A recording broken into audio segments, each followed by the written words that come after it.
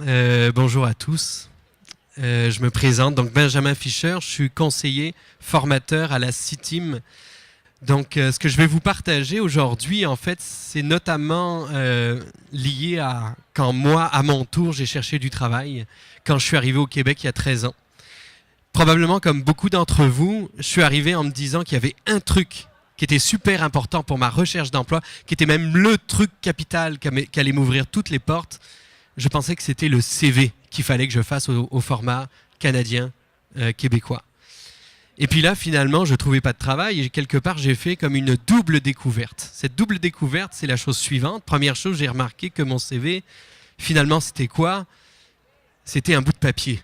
OK? Et la deuxième partie de la découverte, en fait, c'était que l'employeur, est-ce qu'il engage les bouts de papier? Ben non, il engage les êtres humains. OK? Donc, un aspect absolument fondamental, c'est ce dont on va parler ici aujourd'hui, c'est que le truc le plus important sur lequel on doit travailler, c'est l'être humain qui rencontre un autre être humain qui est l'employeur. L'être humain qui cherche du travail, qui rencontre un autre être humain qui recrute. OK? Je ne vous dis pas qu'il faut un mauvais CV. Hein. Il faut quand même travailler le meilleur CV possible. Évidemment, puis vous avez des organismes ici pour vous aider à cette fin. Donc, si le plus important, c'est cette rencontre qu'on va établir avec l'employeur, à partir de là, le message que moi j'ai quelque part à donner, c'est la chose suivante. Votre état d'esprit, votre attitude, finalement, c'est le principal facteur de réussite de votre recherche d'emploi. OK? Et de loin, vraiment. Alors bien sûr, hein, on n'est pas tous égaux par rapport à la recherche d'emploi. Il y a des gens, on pourrait juste nommer un truc, hein, la discrimination par exemple existe dans tous les pays du monde et ça existe aussi au Québec. Okay? On doit s'en scandaliser, enfin, il y a des organismes à cette fin, vous irez voir les organismes en recherche d'emploi, ils pourront vous référer aux besoins. Au-delà de tout ça, évidemment, il y a des gens aussi qui sont dans des domaines plus difficiles à intégrer que d'autres. Okay? S'il y a des gens ici en informatique, la plupart des métiers de l'informatique, qu'on soit en Algérie, en Colombie ou au Québec, c'est la même façon de le faire. Mais si ici il y a quelqu'un qui est juriste, juriste en Algérie, juriste en Colombie ou juriste au Québec, il y a des vraies différences. Il y a un ordre professionnel à intégrer. Il y a des aspects réglementaires, il y a des choses comme ça. Donc bien sûr, on part évidemment du principe de base qu'on n'est pas tous égaux dans la recherche d'emploi, mais à l'intérieur de ça, on va le voir, l'attitude, l'état d'esprit, c'est le facteur le plus important, puis on va développer maintenant. Tenant compte de ça, il faut voir le contexte. Et le contexte, probablement vous connaissez ça, il y a le marché visible, le marché caché. Le marché visible, le marché ouvert, ce sont les offres d'emploi. Et évidemment, qu'est-ce qu'on constate ici, c'est que, et c'est la réalité au Québec, hein, c'est pas juste des chiffres comme ça, mais c'est que 70 à 80% des opportunités d'emploi, vous le savez probablement, ne seront jamais diffusées sous forme d'offres d'emploi. Et comme il n'y aura jamais d'offre d'emploi, même si vous êtes consciencieux hein, sur votre ordinateur, vous avez tous les marque-pages sur votre cellulaire, vous avez les petites alertes emploi qui arrivent, même en étant hyper consciencieux comme ça, vous ne verrez pas toutes ces opportunités d'emploi. Comment on va les chercher? On va les chercher en étant proactif, en allant à la rencontre des êtres humains que sont les employeurs. Okay?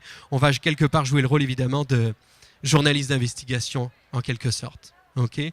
Et donc comme on va aller à la rencontre des employeurs, j'ai envie de dire, on va quelque part redéfinir ce que c'est la recherche d'emploi. La recherche d'emploi, c'est pas répondre à des offres d'emploi, ensuite passer une entrevue puis trouver du travail. La recherche d'emploi, c'est la chose suivante.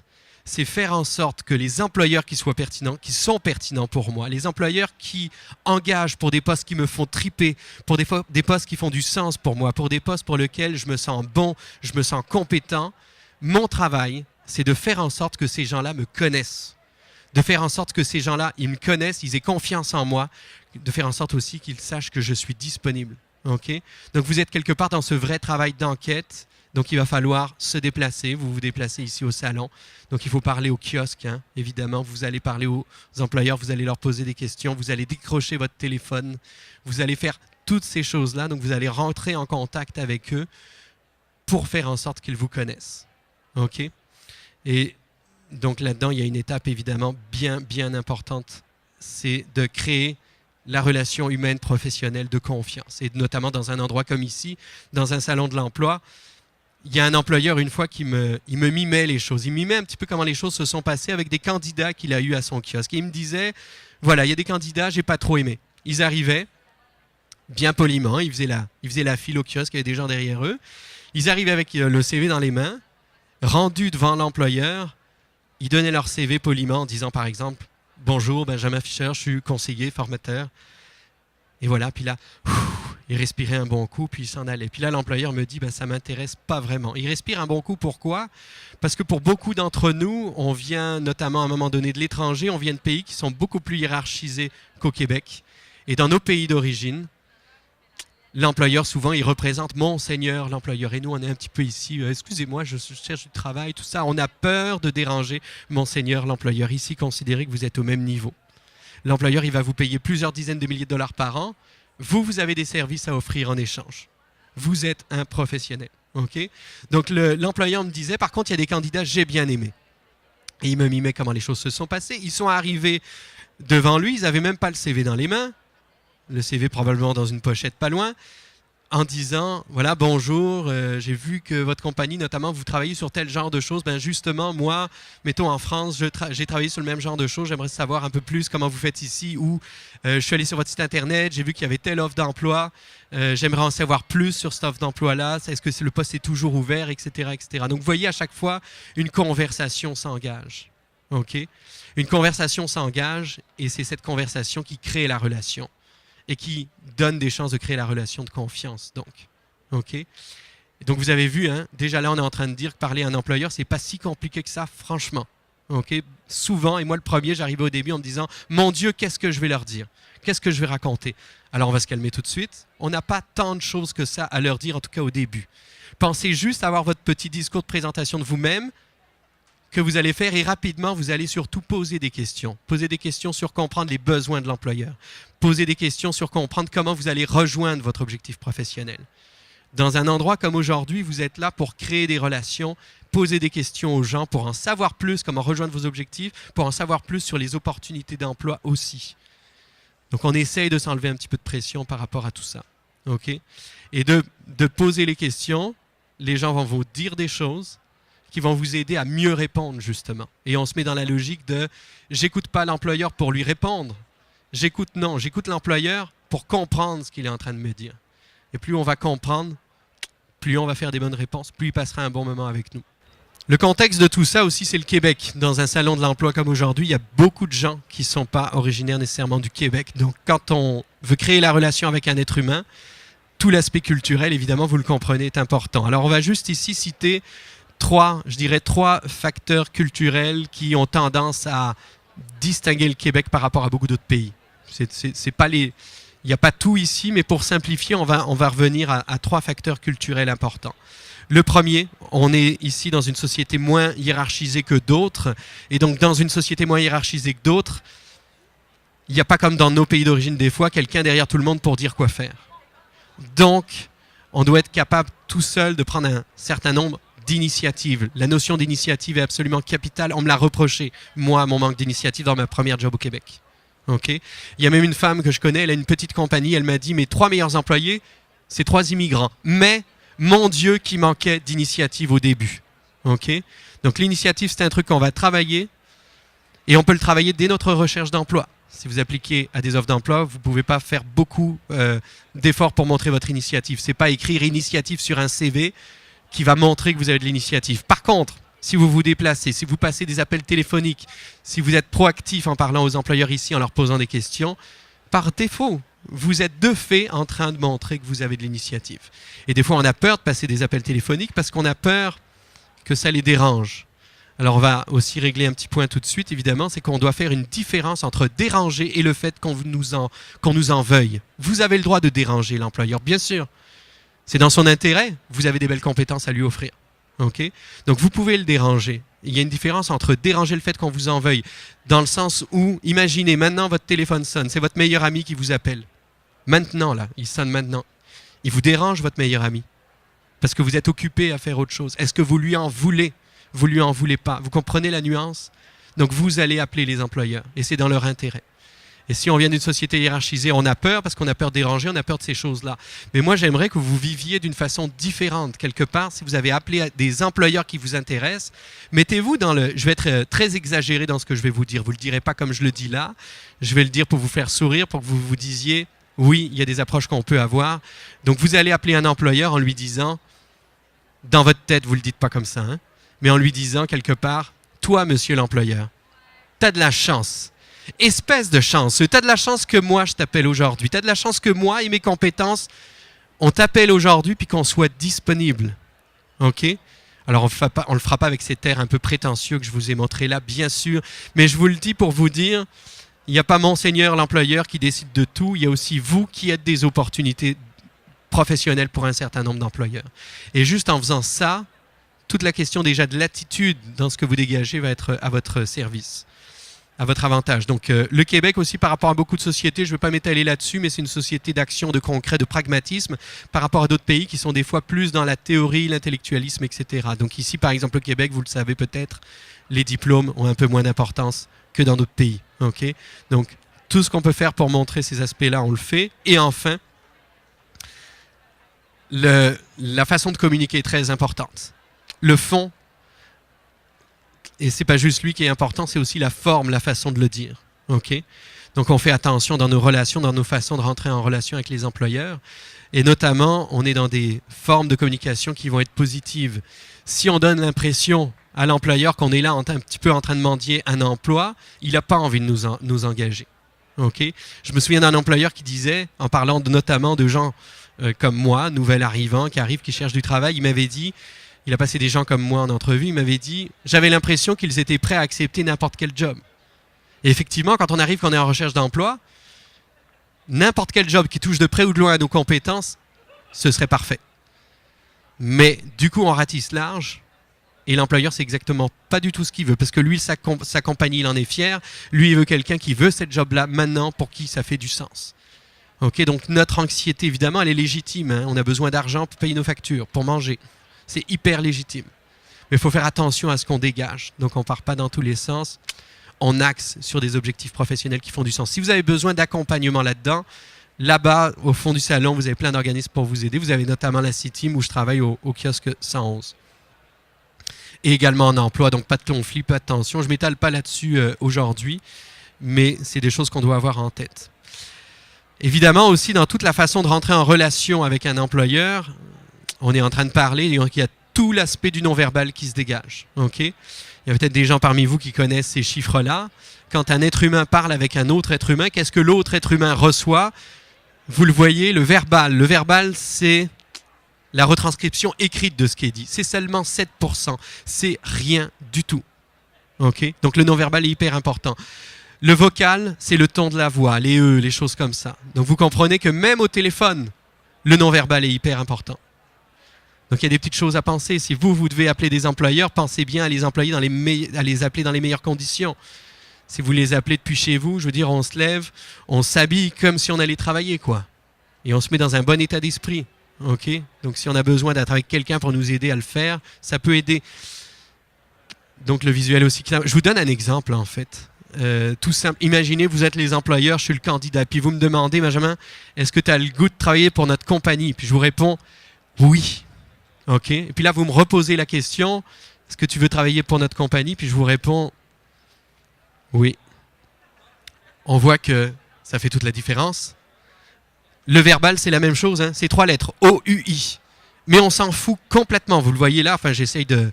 Je suis pas un vrai acteur, alors je fais ce que je peux. Hein? Mais vous voyez, il y a dans l'exemple de non-verbal que le verbal n'était pas le plus important nécessairement, c'est ce qui se dégage. Okay? Donc courez après des jobs d'ailleurs qui sont faits pour vous. Tout ça va être beaucoup plus facile de dégager les bonnes affaires et surtout d'avoir plus de confiance en nous quand on va approcher les employeurs dans le réseautage. Et tout ça, évidemment, on fait attention à l'arrogance ou à l'excès d'humilité. Donc, au Québec, notamment par rapport à d'autres pays, société moins hiérarchisée, on est moins dans les protocoles, on est plus dans des relations spontanées avec les employeurs. Okay? Donc, si vous avez peur d'être dans l'arrogance ou dans l'excès d'humilité, pensez juste à, si vous deviez parler de quelque chose dont vous êtes fier à votre ami ou à votre famille, vous allez le dire avec le cœur. Votre ami, votre famille ne vous prennent pas pour des gens arrogants, par exemple. Donc, pensez à la façon dont vous le dites. Ce n'est pas de l'arrogance. Vous le dites avec fierté, c'est différent. Okay? Et bien, vous allez parler avec l'employeur quelque part de la même façon, juste en utilisant évidemment un vocabulaire qui fait du sens dans le monde professionnel. Je vous donne un petit exemple notamment. Dans les simulations d'entrevues filmées, la vidéo rajoute la petite dose de stress comme si on était face à un vrai employeur. Et là, il y a un candidat que je connais, qui est très sympathique, etc. Mais comme la vidéo est là, ça le stresse. Il est extrêmement neutre.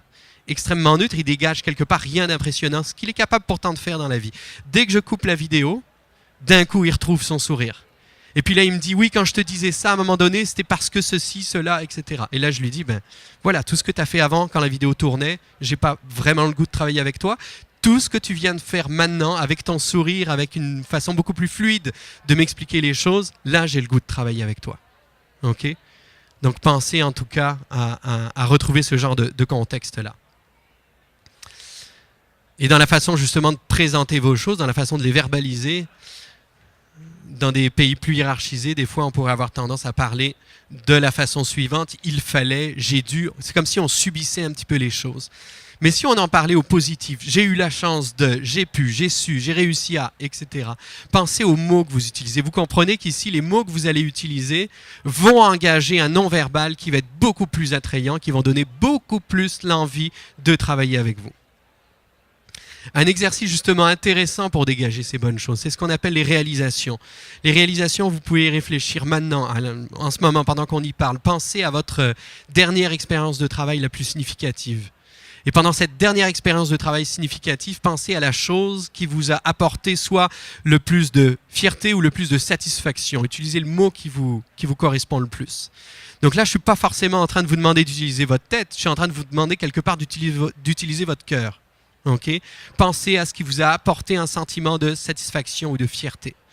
Et bien là, ce que vous avez en tête, c'est ce qu'on peut appeler une réalisation. Des fois, les réalisations, elles sont grosses, elles sont petites, elles peuvent être de formes tout à fait différentes. Ça peut être une promotion qu'on a reçue, ça peut être un projet qu'on a réalisé, ça peut être d'avoir pensé à quelque chose qui avait été oublié par le reste de l'équipe.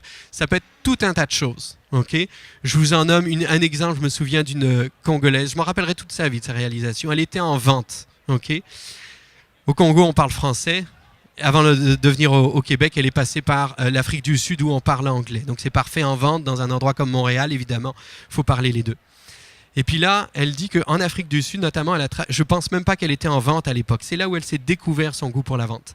Elle a travaillé dans une fabrique de vêtements. Une petite fabrique de vêtements qui vend les vêtements qu'elle fabrique à des détaillants en ville. Et là, elle nous dit... À un moment donné, il y avait des stocks d'invendus. Elle a demandé à son patron, est-ce que ça te dérange si je prends le camion puis que je vais écouler les stocks d'invendus? Et ce qu'elle nous dit, c'est que non seulement elle a tout écoulé, mais qu'en plus, la plupart des vêtements, elle les a vendus plus cher que ce que son patron les vendait. Vous avez vu comme ça a de l'impact, ça? On commence à oublier c'est quoi son diplôme. On commence à s'en foutre un petit peu de pas mal de choses parce qu'on se dit, cette fille-là, elle a le sens des affaires, elle a de l'initiative, elle a exactement tout ce qu'il faut. Elle parle français, elle parle anglais. Elle a exactement tout ce qu'il faut pour être une bonne vendeuse ici au Québec. Okay? Il y a un autre gars, c'était un ingénieur haïtien. Donc en Haïti, vous savez, 2010 ou 2011, je ne sais plus, donc il y a eu un grand tremblement de terre dont Haïti, à cause de problèmes de corruption notamment, s'est jamais remis pour reconstruire Haïti. Donc dans ce contexte difficile, le gars, il avait pour mandat, le gars, il avait 45-50 ans, il avait du bagage, hein. Son mandat, c'était de connecter un village à l'eau potable. Puis, quelque part, intérieurement, on avait envie de lui dire, OK, tu as fait ça, mais en même temps, c'est ton métier, visiblement, tu as énormément d'expérience là-dedans. Donc, c'est quoi le côté satisfaction, fierté dont je parlais? Et là, il nous dit, j'avais le mandat de le faire en 1 an, je l'ai fait en 6 mois. Vous imaginez ce que ça prend, hein? Dans le contexte qu'on vient de décrire, ça veut dire qu'il a fait en sorte que le matériel soit acheminé, que les hommes qui faisaient le travail sur le chantier soient payés, etc., etc. Donc, il nous avait expliqué un petit peu tout, comment il avait mis en place des choses, ça laissait aussi paraître son leadership, etc. Donc là, lui, il peut le dire qu'il a du leadership. Juste un petit mot écrit dans un CV, ça a moins de poids, vous le comprenez. Donc la réalisation, ça se découpe de la façon suivante. Le contexte dans lequel vous l'avez fait, ce que vous avez fait, les actions que vous avez posées et le résultat. Et le résultat, pensez toujours le résultat direct, mais parfois, il y a des résultats indirects également. Moi, ce que je vous invite à faire, c'est à un moment donné, vous prenez du temps pour vous. Vous vous posez quelque part, dans un endroit où vous êtes bien. Chez vous, dans un café, dans une bibliothèque. Si vous avez du mal à concentrer, que vous avez besoin de musique, mettez une musique positive sur vos oreilles. Et là, passez tranquillement au travers de tout ce qui vous inspire satisfaction, fierté par rapport à des actions que vous avez accomplies. OK? Et notez-les tranquillement et organisez-les éventuellement en fonction de ça. Et vous allez ressortir de là, vous allez vous dire, oui, il y a quand même des trucs que je sais faire dans ma vie, il y a plein de trucs que je peux apporter aux employeurs.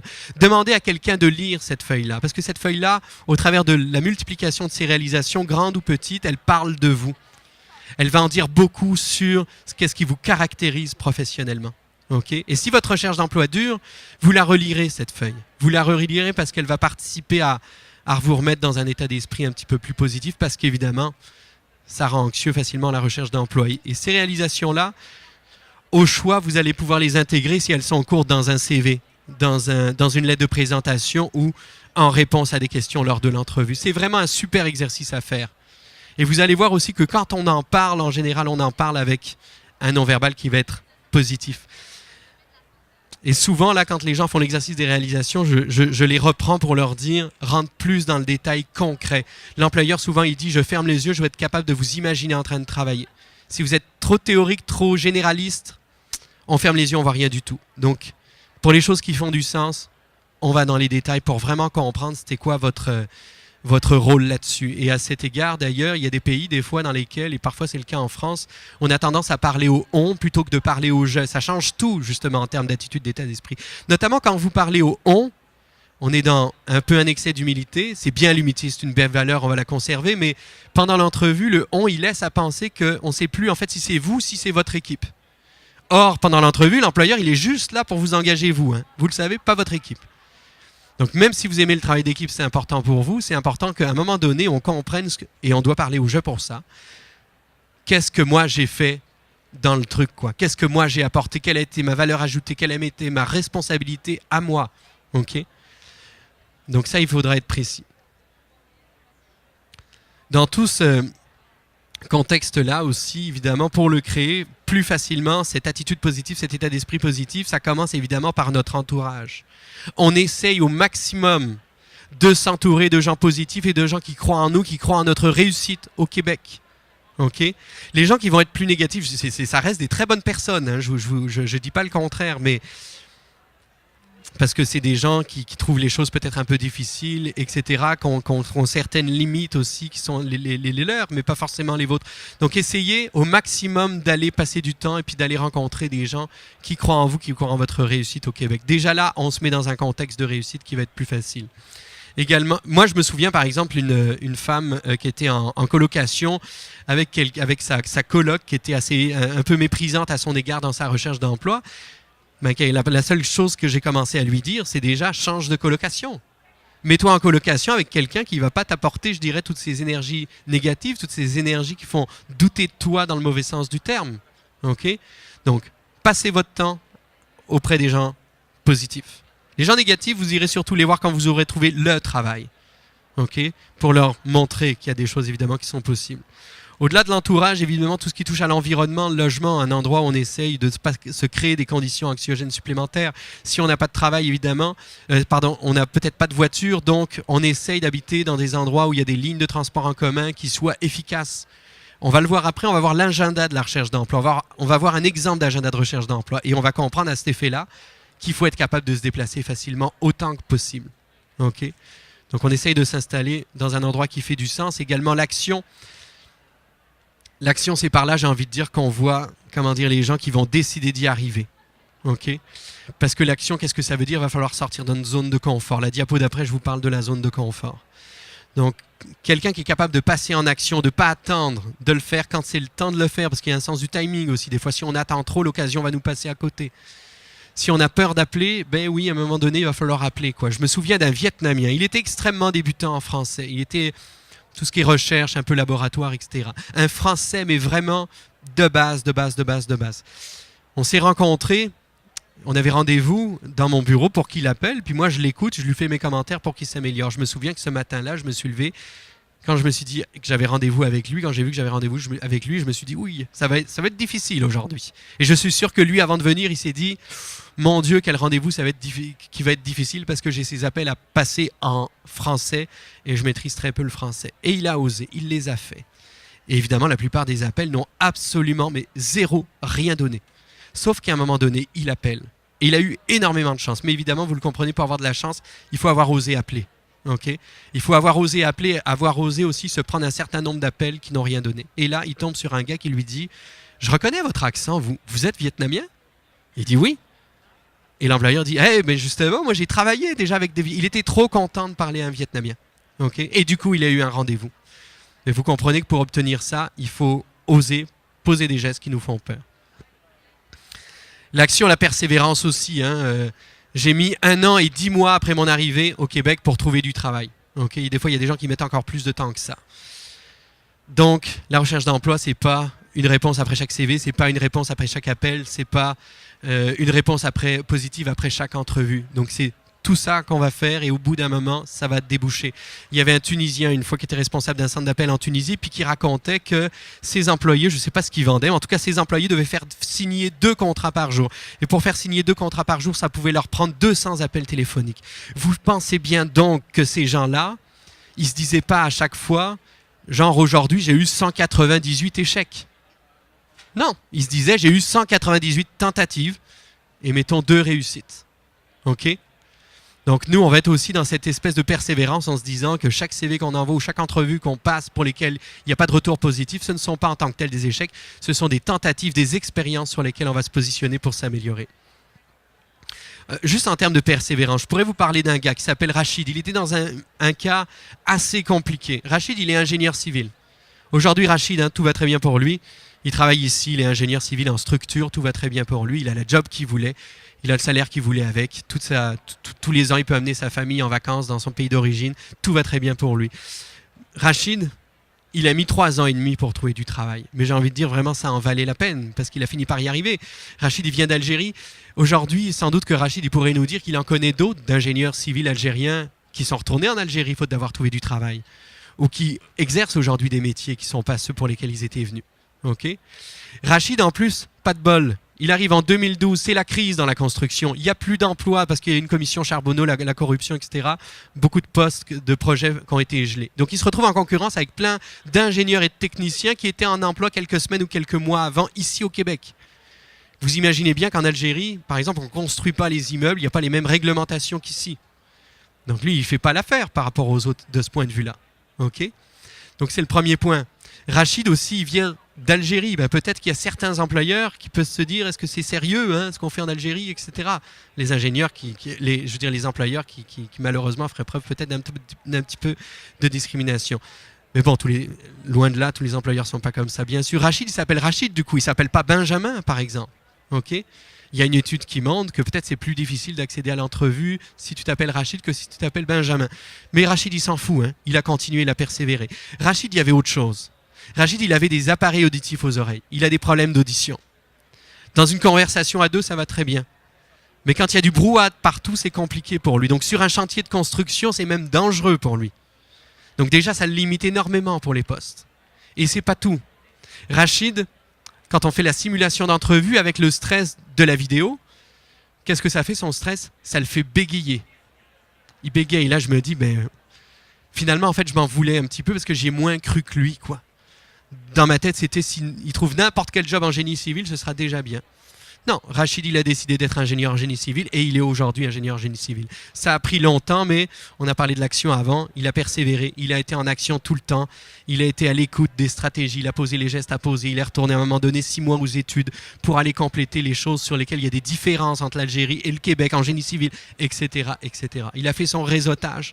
Comme il était plus mal à l'aise, disons, au téléphone pour réseauter ou en personne, il a utilisé le potentiel de LinkedIn, par exemple, à son maximum, etc. Il a fait en fonction de ses forces. Okay. Au-delà de ça, il y a aussi évidemment l'audace. On est en Amérique, on adore l'audace. Okay. Je pourrais vous parler d'un gars, je ne sais plus son nom, en tout cas, les appels téléphoniques, ça fait stresser beaucoup de monde. Vous irez voir les organismes pour qu'on vous explique tout ça. Et lui, un jour, il a dit, je me suis levé un matin. Moi, j'ai trouvé génial son idée. Je me suis levé un matin et je me suis dit, aujourd'hui, je ne vais pas appeler les gens pour obtenir des oui. Vous savez à quoi il a pensé? Je vais appeler les gens pour obtenir des non. Moi, j'ai trouvé ça génial. Donc, c'est super facile. Comme c'est super facile d'obtenir un non, votre niveau de stress, ça y est, il baisse.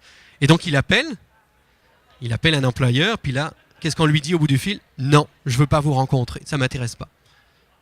Génial, c'est ce qu'il voulait. Donc il les fait. Alors évidemment, il appelle des employeurs qui ne l'intéressent pas trop au début. Et puis il dit, voilà, j'ai fait ça, en disant quand même ce que j'étais censé dire. Et à un moment donné, il s'est planté. Il a obtenu un oui. Ok. Donc voilà, il y a tout un tas de choses qu'on peut essayer pour y arriver.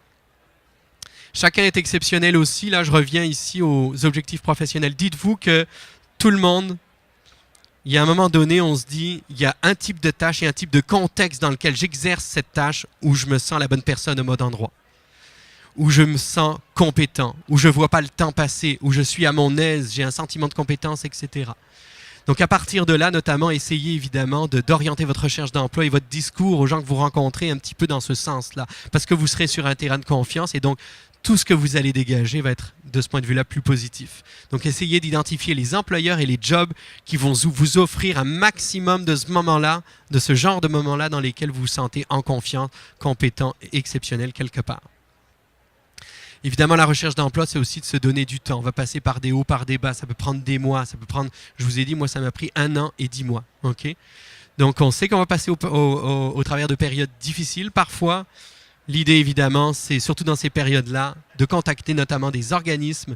Peu importe si vous êtes immigrant, si vous êtes né ici, il y a des organismes pour tout le monde qui peuvent vous accompagner et vous soutenir là-dedans et c'est gratuit. Et la durée moyenne de recherche d'emploi pour certains jobs, elle est réellement de plusieurs mois. Donc, il faut avoir un petit peu cette patience puis construire nos relations au travers de tout ça. Et je vous l'ai dit, évidemment, il y a des actions à poser qui nous font sortir de notre zone de confort. À cet égard, on va voir ici la différence. C'est peut-être des choses que vous savez bien sûr instinctivement, mais je pense que de les relire, ça va toujours nous faire du bien. La différence entre rester dans notre zone de confort, par exemple ici sur le salon, passer devant un kiosque, et on se dit, oui, je pourrais aller leur parler, mais j'ai peur, je ne vais pas leur parler, je vais plus loin. Okay, qu'est-ce que ça fait par rapport à se dire, oui, je vais lui parler. Je vais lui parler à l'employeur ici. Okay, donc l'effet que ça fait sur le très court terme, donc là, évidemment, d'un côté, il y a un évitement du risque, de l'autre côté, une exposition du risque. Donc sur le très court terme, on voit très bien que rester dans la zone de confort, c'est le truc le plus avantageux parce que on diminue l'anxiété. Alors que sortir de sa zone de confort, on rentre dans la peur, dans le stress. Mais dès qu'on a passé le très court terme, on va voir que c'est beaucoup plus intéressant de sortir de sa zone de confort. Parce que d'un côté, tout de suite, on le regrette. En fait, tout de suite, on a une insatisfaction, un regret qui est presque immédiat après avoir ressenti le petit diminution d'anxiété. Mais de l'autre côté, tout de suite, il commence à y avoir un sentiment de satisfaction. Ça, c'est pour le court et le moyen terme, mais surtout, dans le long terme, il y a des ancrages qui vont se faire. Et dans le long terme, d'un côté, on va ancrer l'anxiété, l'évitement, la peur, etc. Alors que de l'autre côté, dans le long terme, à force de le faire, parce qu'au début, on n'est pas confortable, on a beaucoup de peur, mais à force de le faire, c'est évidemment notre niveau d'anxiété qui va diminuer. Donc voilà, puis une petite phrase trouvée sur Internet, mais Einstein qui dirait, a priori, la folie, c'est de faire toujours la même chose et de s'attendre à un résultat différent. Donc vous comprenez bien que si vous restez derrière votre ordinateur à appliquer à des offres d'emploi et que ça ne fonctionne pas, eh ben, on va sortir de sa zone de confort et on va essayer d'autres stratégies. Okay, à cet égard, j'ai envie de vous dire, là, on parlait aussi d'audace tantôt, j'étais dans un organisme où on nous disait, à chaque chercheur d'emploi, on nous disait, t'es un PDG. Et la question, c'est un PDG de quoi? Moi, j'ai envie que vous viviez, si vous êtes tous en recherche d'emploi ici, vous êtes tous des PDG. Okay, voilà, vous avez tous une promotion. Mais vous êtes tous des PDG de quoi? Vous êtes des PDG de votre propre recherche d'emploi. Si moi, là, j'étais en recherche d'emploi, je pourrais dire, moi, Benjamin Fischer, je suis le PDG de Benjamin Fischer Recherche d'emploi Inc. OK? On va essayer de se vivre comme ça. Parce qu'après, ça change tout. On n'est plus en train de se demander, est-ce que je peux, est-ce que j'ai le droit, est-ce que j'écris ça sur... Non, on est en train de se dire, est-ce que ça fait du sens pour moi de me présenter devant la compagnie? Est-ce que ça fait du sens pour moi d'appeler telle personne? Je décide de tout, je suis le PDG. OK? Et ça va peut-être nous aiguiller pour aller plus facilement poser un certain nombre de gestes.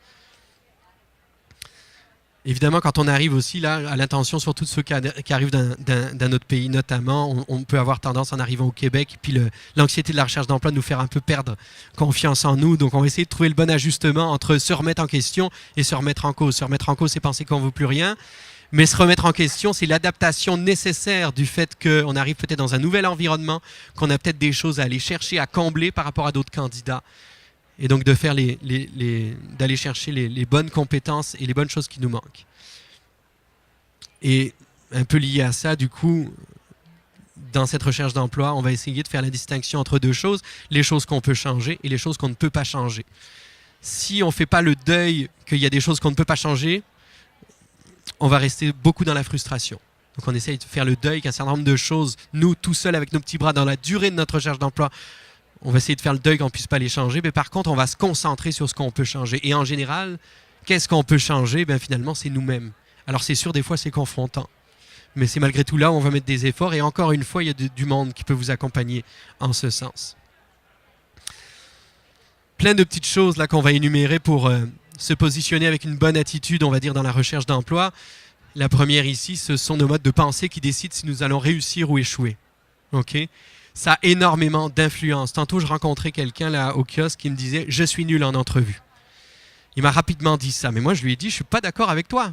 La façon dont tu viens de m'aborder, tu m'as abordé, je trouve, avec beaucoup de facilité. Tout de suite, tu es venu droit au but. Tu m'as parlé facilement, simplement. J'en ai vu pas mal aujourd'hui qui avaient un petit peu plus de difficultés que lui. Donc je lui ai dit, moi je suis désolé, tu ne peux plus dire ça. Tu ne peux plus dire ça parce que moi je trouve que tu as du potentiel. Et tu ne peux plus dire ça aussi parce qu'il y a quelqu'un de très précieux qui est en train de t'écouter quand tu dis que tu es nul en entrevue. Vous savez c'est qui la personne très précieuse qui l'écoute? Finalement c'est lui-même. Ses oreilles, plus il va dire je suis nul en entrevue, plus ses oreilles vont l'écouter, plus son cerveau va l'intégrer. Plus il va passer sa vie à penser qu'il est nul en entrevue.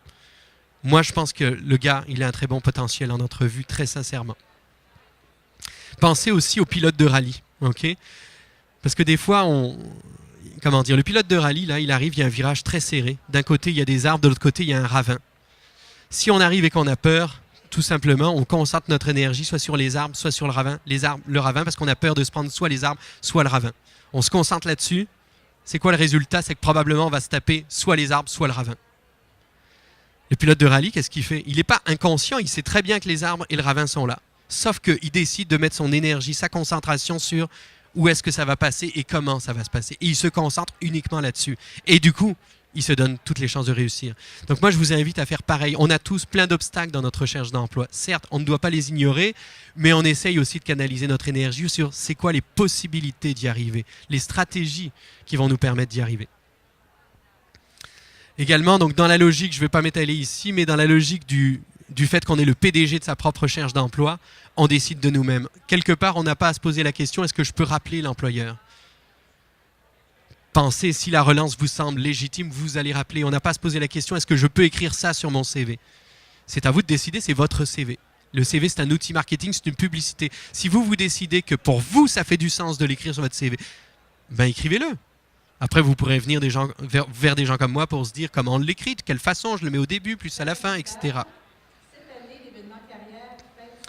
Également, on va essayer d'être dans la logique... quand on aborde les employeurs ici sur le salon en entrevue, quand on est dans cette rencontre-là, on va mettre notre énergie sur le verre à moitié plein. On n'a pas à s'excuser du verre à moitié vide. Ok? On est tel qu'on est. On fait juste passer notre temps à vendre le verre à moitié plein. Si je n'ai pas terminé mon diplôme, je peux au moins dire j'ai des cours en quelque chose. Ok? On n'a pas à s'excuser de rien, vraiment. Vous mettez votre énergie là-dessus. Si l'employeur vous interroge sur le verre à moitié vide, évidemment, vous allez parler du verre à moitié vide. Mais ce n'est pas votre boulot a priori. OK? Et vous n'êtes pas en train de mentir, évidemment, quand vous faites ça. Hein, vous faites juste décider de quoi vous parlez. Vous répondrez, évidemment, si on vous pose les questions. Également, moi, c'est la chose la plus fondamentale à laquelle je crois, mais on doit essayer de faire tout en notre possible pour que notre notre période de recherche d'emploi, malgré évidemment la question de l'argent bien sûr, on va essayer de faire tout en notre possible pour que ce soit une période tripante, stimulante. Et on va voir comment avec l'agenda de la recherche d'emploi. Si vous passez votre vie derrière votre ordinateur à répondre à des offres d'emploi, ça peut prendre une semaine ou deux pour déprimer. OK? Donc on essaye surtout de sortir de chez nous. On essaye surtout de rencontrer des gens, d'être en interaction. Et plus on va faire ça, c'est sûr ça va nous faire peur, ça va nous faire sortir de notre zone de confort comme on l'a dit, mais mon Dieu qu'on va être fiers à la fin de chacune de nos semaines de recherche d'emploi et on aura un état d'esprit beaucoup plus intéressant. Si vous passez vos semaines derrière votre ordi à répondre à des offres d'emploi, ça va être difficile de faire triper l'employeur. Mais si vous bougez, vous rencontrez des gens comme dans un endroit comme aujourd'hui, quelque part vous allez être fiers de partager tout ça, tout ce que vous avez fait aux gens que vous allez rencontrer. Et naturellement, vous allez être beaucoup plus intéressant, on aura plus facilement tendance à vouloir travailler avec vous. Également, on va se présenter comme une personne pleine de ressources. Des fois, à cause de notre anxiété, on est un petit peu en train de mendier l'emploi, en disant « je suis ouvert », etc. OK? Je vais faire un parallèle qui va être aussi très caricatural, mais s'il y a, par exemple, je prends n'importe quoi, s'il y a des hommes mariés ici, là, imaginez le jour où vous avez rencontré votre femme. Vous n'étiez pas désespéré, vous n'êtes pas arrivé vers elle en disant « Je cherche une femme, n'importe laquelle, hein, je suis vraiment ouvert ». Vous voyez ce que je veux dire? Ça ne marche pas. Eh bien, c'est pareil pour la recherche d'emploi. Quelque part, l'employeur, il vous choisit tout autant que vous le choisissez. OK? Donc, on est une personne pleine de ressources. Également, évidemment, ne pas attendre d'être choisi par l'employeur, montrer notre choix. C'est ce qu'on vient de dire. Alors, je passe là-dessus. Et resserrer les objectifs pour s'appuyer sur les points forts. J'en ai aussi un petit peu parlé précédemment. C'est quoi la direction par laquelle je peux me démarquer? Attention, on ne se met pas d'œillères. Parce que même si on va dans cette direction, s'il y a des opportunités en cours de route, on peut quand même être prêt éventuellement à sauter dessus. Donc l'idée, c'est la suivante. Voilà, il n'y a pas de vent favorable pour quelqu'un qui ne sait pas où il va. Donc essayez d'identifier vos directions professionnelles. Et là aussi, dans ce salon-là, vous avez des gens pour vous aider en ce sens. On va terminer cette présentation pour justement être dans l'état d'esprit le plus positif, l'attitude la plus positive pour faire triper, comme on l'a dit, les employeurs.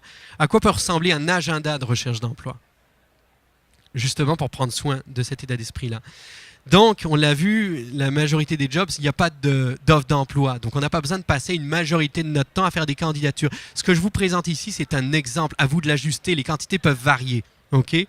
C'est un exemple. Mais on voit en tout cas qu'on n'a pas besoin de passer notre temps sur des candidatures à des offres d'emploi. On se concentre sur les offres d'emploi pour lesquelles on se dit « cette job est fait pour moi, je peux faire la différence ». C'est en gris parce que c'est des moments qu'on peut passer tout seul qui ne sont pas toujours les plus stimulants. Il y a aussi d'autres choses qu'on peut faire, c'est donc les appels téléphoniques. Les appels téléphoniques, ce n'est pas un ou deux appels de temps en temps. On essaye de se les faire par série. Moi, je le faisais avec un ami, des séries de 10. Les 2-3 premiers appels, oui, je suis super stressé. Rendu au 5e, 6e, 7e, déjà le niveau de stress, il est en train de baisser. Okay? Et donc, les entreprises les plus intéressantes, on les garde pour la fin. Je le faisais avec un ami parce que si j'avais été tout seul à le faire, je me serais trouvé plein d'excuses pour ne jamais le faire. Et là, qu'est-ce que je faisais? Je donnais rendez-vous. On se donnait rendez-vous avec mon ami pour se dire, on a rendez-vous mardi matin, on va passer les appels téléphoniques et là, vous ne voulez pas le décevoir. Et là, vous vous présentez au rendez-vous et là, vous allez les faire, les appels. Okay? Je vais juste vous raconter mon appel qui a le mieux marché. Mais attention, je m'en suis pris des tonnes d'appels qui n'ont pas débouché. Mais à un moment donné, j'appelle une grosse compagnie, 150, 200 employés à peu près. Leur nom là me permettait d'identifier les 4 directeurs fondateurs de la compagnie. J'avais identifié celui qui était en lien avec mon expertise. J'ai pas son numéro. J'appelle au standard. Je l'appelle et je demande à lui parler. Je fais le petit pitch qu'on m'avait appris dans un organisme comme celui où je travaille ici. Je fais mon petit pitch, je demande à lui parler. L'entreprise est grande et à la réception, non, c'est pas vrai qu'on me donne tout de suite son poste, qu'on me donne tout de suite sa ligne. Par contre, il me raccroche pas au nez. Il me donne l'occasion de parler à une deuxième personne. Je refais le petit discours qu'on m'avait appris. Et là, je vous parle d'un temps où j'étais pas encore conseiller en emploi. Hein. J'étais extrêmement peureux à l'idée de passer des appels. Donc, je passe à cette deuxième personne, je recommence mon petit discours. Cette personne ne veut toujours pas me passer le directeur, mais me transmet à une troisième personne. Je sais toujours pas qui c'est. En tout cas, c'est pas encore la bonne personne. Et là, parce que je suis un petit peu poli, ça n'a pas du tout été stratégique dans ma tête ce que j'ai fait, mais ça s'est révélé l'être. Je dis quelque chose du genre, excusez-moi, je ne voulais pas déranger tout le monde, je voulais juste parler à monsieur machin. Et là, la personne, elle commence à plus comprendre d'où je viens. Et puis, elle est probablement en train de se dire, mon Dieu, c'est quoi cette compagnie? On n'est pas capable de transférer les appels au bon endroit. Et vous savez ce qu'elle fait? Elle me donne le cellulaire de monsieur machin. Donc là, je peux l'appeler quand je veux, le dimanche soir à 11h, si j'ai envie. Évidemment, vous ne le faites pas, vous l'appelez dans les heures de bureau. Mais là, j'appelle et je tombe sur lui. Et là, je stresse énormément. Et le gars me dit, excusez-moi, je suis en réunion. Alors là, dans ma tête, c'est bon, le gars va m'envoyer balader, je ne suis rien, je suis qu'un pauvre petit chômeur, etc. Vous comprenez, je suis encore dans ma mentalité de français à penser que c'est mon seigneur l'employeur. Et en fait, il ne m'a pas du tout envoyé balader. Quelque part, il m'a dit la chose suivante, il m'a dit un truc qui ressemblait à comment ce type a fait pour avoir mon numéro de téléphone cellulaire. Ok, c'est ça qui s'est passé. Et lui, c'est qui et qu'est-ce que je suis en train de montrer juste en faisant ça? Je suis en train de montrer de l'initiative. Je suis en train de montrer que je suis dans l'action, dans le concret. Et je lui parle sur un ton positif. Bref, tout ce que je vous ai montré au début, tous les aspects qu'on va aimer dans la culture du marché du travail, ici, en quelques secondes, ça y est, c'est fait, c'est réglé. Ok? Et là, il me dit, je vais vous rappeler. Alors, ok, et il me dit, je prends vos coordonnées, je vais vous rappeler. Alors, je lui donne mes coordonnées, puis j'attends son appel. 1 jour passe, 2 jours passent, 3 jours passent. Il me rappelle toujours pas. Qu'est-ce que je fais? Je me mets pas en boule dans mon lit en me disant, il devait me rappeler, il m'a pas rappelé. Hein, on est d'accord?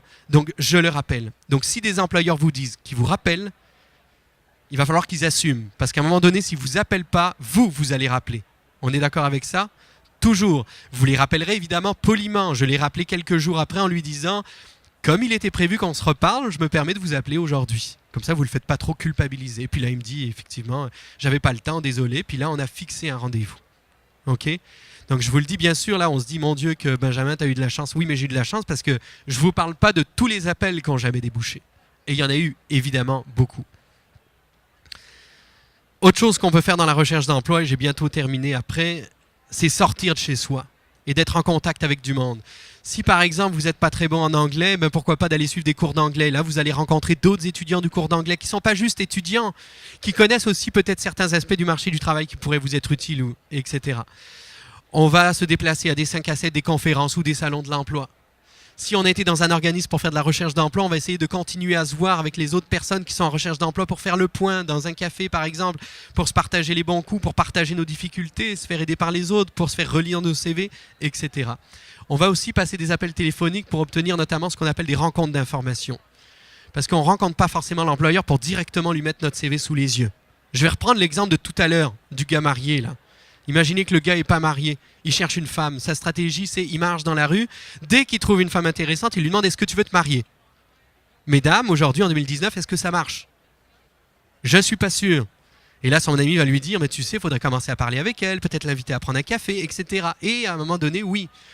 Donc la logique de la rencontre d'information, c'est un peu ça ce que vous dégagez. Vous appelez pas pour savoir s'il y a du travail, parce que ça risque souvent de se couper tout de suite, et on va vous dire appliquez sur notre site internet ou envoyez votre CV à telle adresse courriel. Vous dites non, j'aimerais vous rencontrer parce que j'ai des questions à vous poser.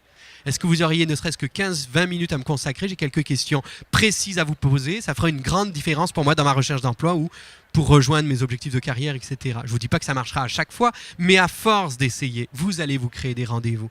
Et là, vous poserez vos questions pour en savoir plus. Comme vous allez les faire parler, vous saurez mieux être stratégique ensuite pour rejoindre vos objectifs. Évidemment, du bénévolat, c'est une très bonne idée pour être en action, pour avoir quelque chose qui ressemble à une expérience professionnelle, bien sûr, pour développer son réseau de contacts, etc. Mais il y a d'autres choses aussi qu'on va faire. C'est des choses aussi qui sont agréables. On va se récompenser. Alors les suivis, j'en ai pas parlé, mais les suivis, ça peut être des choses aussi qu'on fait au téléphone, sur LinkedIn ou autre. Les appels téléphoniques, évidemment, ça se prépare. Hein, quand je vous disais, on fait une dizaine d'appels, mais il y a un travail en amont où on va essayer d'identifier les compagnies, on va essayer d'identifier les personnes pertinentes dans les compagnies. Il y a des sites internet pour ça. Encore une fois, des organismes qui vous aident là-dedans pourront vous en parler. Quand je passais les appels téléphoniques avec mon ami, on se donnait 10 appels téléphoniques et après notre récompense, je vous en parle, ça reste entre nous, ça fait pas très sérieux. Notre récompense, c'est qu'on jouait à FIFA sur PlayStation. Okay. Et ça marchait vraiment. Alors vous n'êtes pas obligé de faire ça, faites quelque chose qui vous plaît, mais je vous assure que pour moi, ça me motivait. Et puis après, ben voilà, une activité sportive, artistique ou autre dans laquelle vous êtes, comment dire, en train de lâcher votre fou, vous êtes à votre aise et tout ça. On a besoin de ce genre de moment où on va se sentir bien. Okay. Les suivis, comme ils peuvent être au téléphone aussi, éventuellement, on a besoin de ce genre de petites récompenses. Donc vous comprenez qu'une semaine de recherche d'emploi comme celle-là, bien sûr, on n'a toujours pas d'argent à la fin, mais quelque part, on a construit des choses. On est sorti de notre zone de confort. Après les appels téléphoniques, le mardi soir, vous vous couchez, vous vous dites « Mon Dieu, que j'en ai fait des choses aujourd'hui. Mon Dieu, que je suis fier de moi. J'ai osé appeler 10 employeurs. » Et il y en a certains en plus qui ont eu de la considération à mon égard. Je n'ai peut-être pas encore eu d'entrevue, mais en tout cas, je vois qu'il y a des gens qui étaient peut-être potentiellement intéressés. Ça vaut la peine de continuer. Donc, vous comprenez, vous quittez cette semaine-là, vous avez intégré plusieurs sphères de socialisation. Vous avez été en action, vous avez parfois même parlé de votre job, etc., etc. Vous terminez cette semaine-là, quelque part, vous êtes quand même assez fiers de vous.